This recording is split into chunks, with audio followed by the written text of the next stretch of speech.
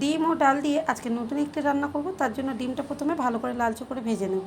ভাজা হয়ে গেলে তুলে নিলাম। এরপর এই তেলের মধ্যে দিয়ে দেবো তেজপাতা, দারচিনি এবং ছোটো এলাচ, আর দিয়ে দেবো পেঁয়াজ। ভালো করে একটু লালচে করে ভেজে নিয়েছি। তারপর একটা মাঝারি সাইজের পেঁয়াজ বাটা দিয়ে দিলাম, সেটাকেও একটু নেড়ে চেড়ে নিলাম। এরপরে আদা রসুন বাটা, টমেটো আর দিয়ে দিলাম লবণ, সেটাকেও একটু ভালো করে তেল ছাড়া পর্যন্ত রান্না করে নিয়েছি। শুকনো মশলার মধ্যে দিলাম হলুদ, লঙ্কার গুঁড়ো আর জিরের গুঁড়ো, তেল ছাড়া পর্যন্ত এটাকেও রান্না করে নিলাম। তারপরে 1 কাপ মুসুর ডাল আমি ভিজিয়ে রেখেছিলাম আধ ঘন্টার জন্য, সেই ডালটা দিয়ে ভালো করে মশলার সাথে কষিয়ে নিয়েছি। আর হাফ বাটি মতন জল দিয়েছি সিদ্ধ করার জন্য, ঢেকে ভালো করে সিদ্ধ করে নিয়েছি। তারপরে ডিমটা দিয়ে দিলাম। এরপরে দিয়ে দেবো 1 বাটি জল।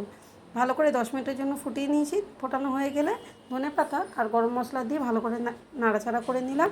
তারপর একটা বাটির মধ্যে তুলে নিলাম। এইভাবেই গরম গরম তৈরি করে নিন মুসুর ডাল ও ডিমের তরকারি, যেটা রুটি, ভাত, লুচির সাথে খুব সুন্দর।